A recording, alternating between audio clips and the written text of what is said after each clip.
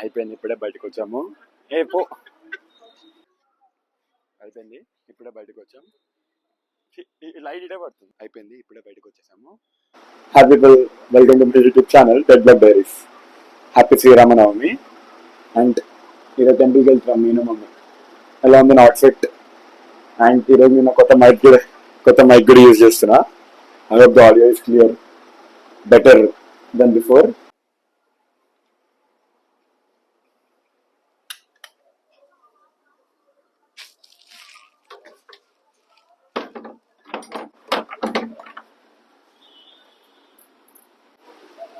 Bye అమ్మా, సరేనా? జాగ్రత్తగా ఉండు, వెళ్ళి వస్తాం. బాయ్ చెప్పు. ఓయ్ బాయ్. వచ్చింది మమ్మీ వాళ్ళ ఆఫీస్కి, అంటే మమ్మీ వాళ్ళ ఆఫీస్ టెంపుల్కి వెళ్తున్నాం మేము ఈరోజు. ఆల్మోస్ట్ 10 కిలోమీటర్స్ ఉంటుంది మమ్మీ వాళ్ళ ఆఫీస్ ఇంటి నుండి. 20 minutes జర్నీ అంతే. చిన్న స్లీప్ వేసేసా 20 minutesలో. అంత దూరం నుండి ఎందుకు ఇక్కడికి వచ్చామంటే, ఆ టెంపుల్లో మొత్తం మమ్మీ ఆఫీస్ వాళ్ళే ఉంటారు, సో కొంచెం ప్రిఫరెన్స్ ఉంటుంది అంతే కదా. తెలిసిన ప్లేస్ రావడం బెటర్.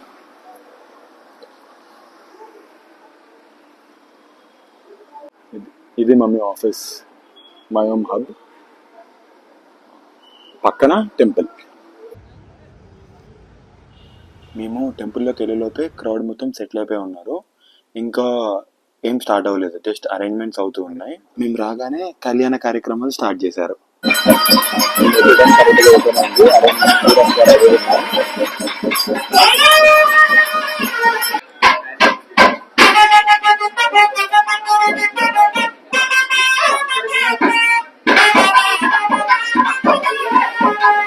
ఇంకా పూజ స్టార్ట్ అయింది. పూజ స్టార్ట్ అవడంతోనే పంతులు గారు ఈ టెంపుల్ గొప్పతనం ఏంటి, ఎన్ని ఏళ్ళ నుండి ఇక్కడ శ్రీరామనవమి జరుపుకుంటున్నాం అనే కథలు చెప్పడం స్టార్ట్ చేశారు. ఇంకా అసలు మనం దేవుణ్ణి ఎందుకు మొక్కుకుంటాం, ఎలా మొక్కుకోవాలి దేవుడిని, సరైన విధానం ఏంటి దేవుడిని ప్రే చేయడానికి అని చెప్పారు.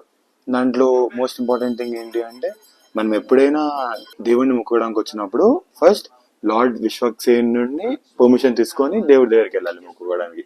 ఇదే నేను ఈరోజు నేర్చుకుంది. మెయిన్ గా ఒక పాయింట్ చెప్పారు, ఏంటంటే మనం స్వర్గంకి వెళ్ళడం ఇంపార్టెంటా, ఆర్ ఏం ఆశించకుండా దేవుణ్ణి మొక్కుకొని అలా జీవించడం ఇంపార్టెంటా. ఇలాంటి చిన్న చిన్న డిఫరెన్సెస్ గురించి పూజ ముందుకు సాగే కొద్దీ అందరి గోత్రనామాలు చదవడం స్టార్ట్ చేశారు, వాళ్ళ పేర్లు, వాళ్ళ కుటుంబస్తుల పేర్లు. ఇంకా అలా అది కొనసాగుతూనే ఉంది.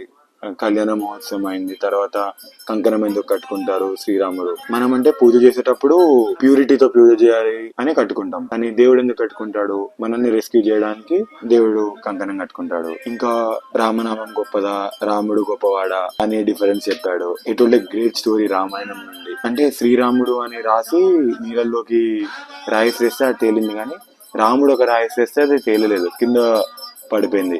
ఇలాంటి ఎగ్జాంపుల్ చెప్తూ ఒక మంచి కథని చెప్పారు. రామనామం చాలా గొప్పది రాముడి కన్నా. ఇంకా రాముడికి సీతకి రాములు గొప్పవారా, సీతాదేవి గొప్పవారా అని ఎక్స్ప్లెయిన్ చేశారు. అంటే మనకి రాముడి ఆశీస్సుల కన్నా సీతాదేవి ఆశీస్సులు ఉండాలి. అంటే సీతాదేవి ఆశీస్సులు ఉంటేనే శ్రీరాముడి ఆశీస్సులు ఉంటాయి. ఇద్దరు ఆశీస్సులు కలవాలంటే ఇద్దరిని కలపాలి. సో ఈ కళ్యాణం జరుపుతారు. రకరకాల దానాల గురించి చెప్పారు, గోదానం, భూదానం, వజ్రదానం, వీటన్నిటి గురించి ఎక్స్ప్లెయిన్ చేశారు పంతులు గారు. అసలు శ్రీరామనవమి ఎందుకు జరుపుకుంటామో చెప్పారు. శ్రీరామనవమి అంటే యాక్చువల్లీ సీతారాముల కళ్యాణమైన రోజు కాదు, శ్రీరాముడి బర్త్డే, పుట్టినరోజు. సో ఆ రోజు కళ్యాణం ఎందుకు జరుపుకుంటాం అది కూడా ఎక్స్ప్లెయిన్ చేశారు. అండ్ లాస్ట్ లో మనం టెంపుల్ కి వచ్చినప్పుడు ఏం మొక్కుకోవాలి, మనం అంటే ఈ ప్రాసెస్ అవుతున్న మొత్తంలో మన ఆశలు, మన కోరికలు, మన ఇష్టాలు, కష్టాలు చెప్పుకోకుండా కాన్సన్ట్రేట్ చేయాలి. మనం కళ్యాణాన్ని ఎంజాయ్ చేస్తూ కళ్యాణం గురించి ఆలోచించాలి, కానీ మన కష్టాల గురించి చెప్పుకోకూడదు. మన కష్టాలు, మన బాధలు చెప్పుకోవాల్సిన టైంలో ఏం చెప్పుకోవాలి, ఎలా చెప్పుకోవాలి అనే విధాలు కూడా పంతులు గారు చెప్పారు.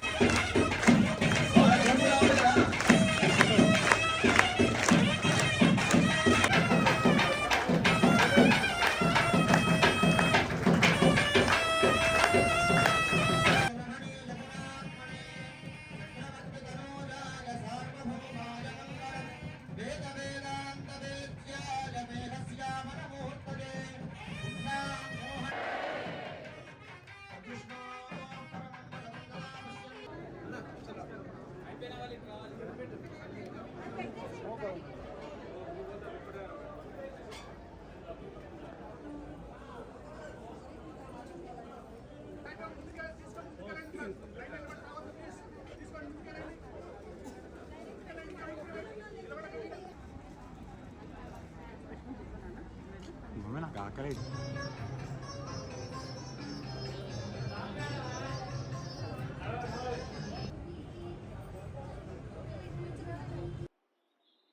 అయిపోయింది, ఇప్పుడే బయటకు వచ్చాము. పో, అయిపోయింది, ఇప్పుడే బయటకు వచ్చాం. లైట్ ఇటే పడుతుంది. అయిపోయింది, ఇప్పుడే బయటకు వచ్చేసాము. అన్నిటికన్నా స్పెషల్ థింగ్ ఏమైందంటే ఐ వాస్ టోటలీ ఇన్వాల్వ్డ్. అంటే వాలంటీర్ లాగా ప్రసాదం పంచడంలో వీటన్నిటిలో మొత్తం ఇన్వాల్వ్ అయ్యి ఉన్నా. మొత్తం ఎండ్ అయిపోయేసరికి every one thought I was a member టెంపుల్లో. అందరు అడుగుతున్నారు, ఏం బ్రో ఇక్కడే ఉంటారా, గ్రూప్ ఉందా టెంపుల్కి. It was nice feeling. చేస్తుండాలి ఇలాంటి మంచి పనులు కొన్ని కొన్నిసార్లు.